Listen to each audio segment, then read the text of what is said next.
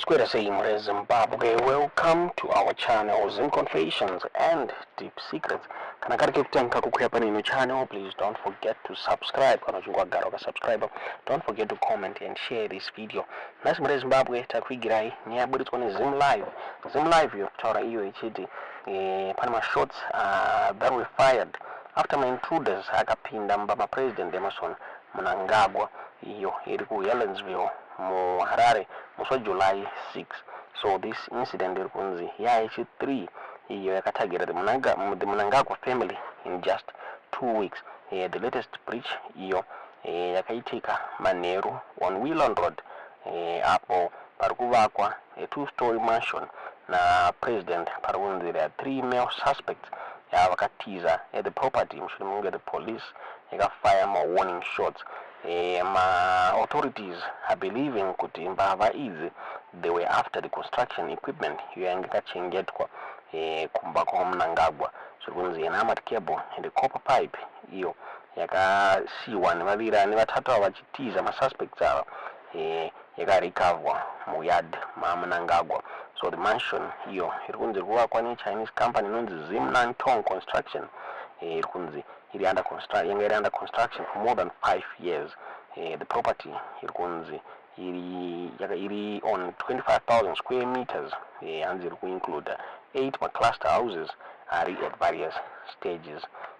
So this incident yakaitika mushure mekunge paitika mamwe 2 security breaches anga akatargeta the Mnangagwa family. On June 25 and June 23, Deputy Finance Minister David Mnangagwa's borrowed home yakapindwa nematsotsi. In the first incident, the intruder arikunzi akatora an iPad akabharira mapepa ngarimo akaba ebharita pistol ngene 15 rounds mure Zimbabwe. The second incident ironzi pana mabullets akasiwa panze pemba nepadoo bedroom ra David Mnangagwa. Zvakare zvikunzi pane moto wakabhira kumba kwa David Mnangagwa musi wa June 28. Iyo runzi wakatora nguva kuti udzimwe. Zvakare on July 5 there was a break-in office Deputy Tourism Minister Tongai Mnangagwa, the nephew wa President Mnangagwa. Zvikunzi an intruder aka-access the office through the ceiling on the 6th floor of the Zimbabwe Tourism Authority building. Iyo iri kona Samura Machel Avenue na Julius Nyerere.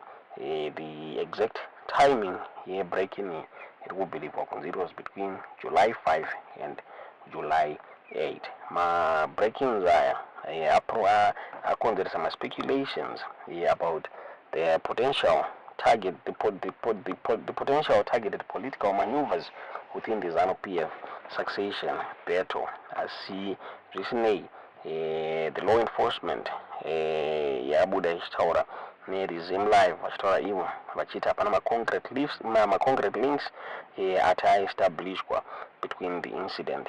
Zvinzi havasati vaziva kuti zviri linked nema-succession battles here zviri political here kana kuti mure Zimbabwe. Kutaura kwatikuta the police yakabuda kuchitaura ichiti the investigations are ongoing and kutaura kuno kuri kunzi hapana vanhu vati vasungwa mure Zimbabwe. Tisingazive kuti munoiona sei nyaya iyi ma-series of breakings haitena ma-security concerns for the Mnangagwa family. Vanhu vachitaura ivo vachiti there is need for enhanced protective measures ma-delegates enyika mure Zimbabwe. Zvichinzi security kufanira kuwedzerwa mure Zimbabwe. Tisingazive kuti munoiona sei nyaya iyi. Tiudzei zvamunofunga mu-comment section. Taura kwatiri kuita there are 2 Chivu villages, the one anonzi Elias Murima zvakare na William Jeche vari kunzi they were sentenced after vakawanikwa vane ma-explosives, ma-catapults nemahone homemade red poison at a recent commissioning of Mukami Mari Primary School yaitwa na President Emerson Mnangagwa. The incident yakaitika muna May yakasenda ma-shockwaves throughout the community.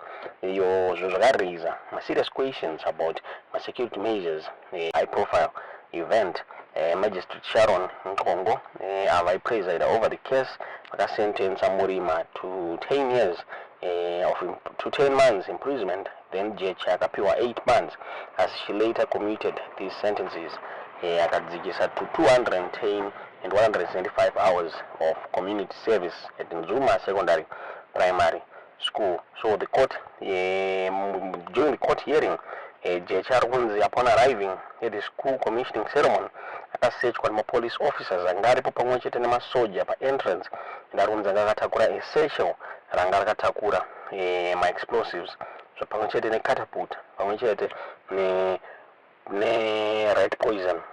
So parunzi paakabvunzwa kuproduce license for my explosives aya, Jeche akaadmita kuti anga asina license, and the explosive test irunzi yaiweya 200 grams irunzi yakatorwa. Then Jeche akabasungwa. During the questioning, Jeche arunzi akataura iye achitanga aiwana kune the one ainzi Murima uyo akasungwa zvakare. Murima akaclaim achiti he was a builder. Akaudza the court kuti he had used my explosives could rely a bore at Lakson Kagurus homestead in Maswaure village.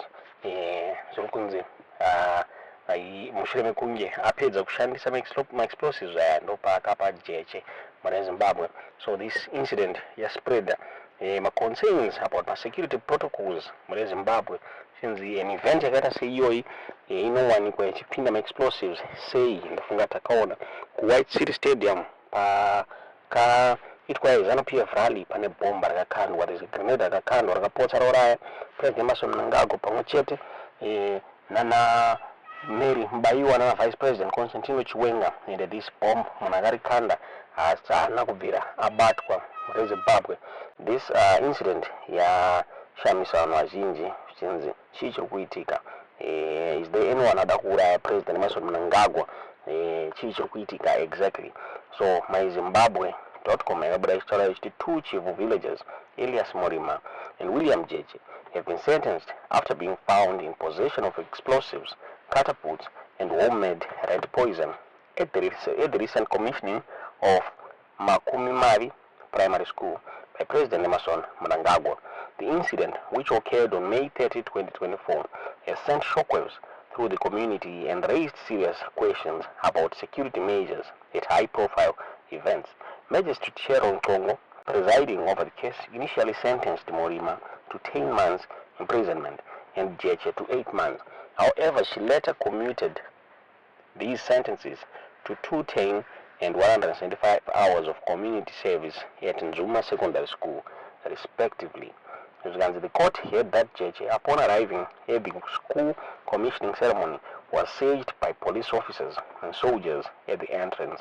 He was carrying a satchel containing a Jiangshan emulsion explosive test, a catapult, and a homemade red trap.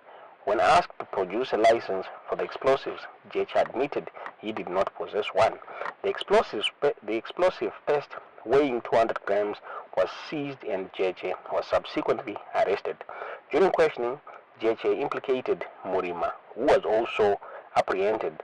Murima, claiming to be a builder, told the court that he had used the explosives to drill a bore at Lakson Kaguru's homestead in Maswaure village. He alleged that he had given the remaining explosives to Jeche after completing the task. The incident has sparked widespread concern about the security protocols in a place at such high-profile event. The presence of explosives and other potentially dangerous items at a school commissioning ceremony attended by president and dignitaries raises serious questions about the effectiveness of security checks. It is a worrying situation, said a local resident who wished to remain anonymous. How can someone walk into an event like this with explosives?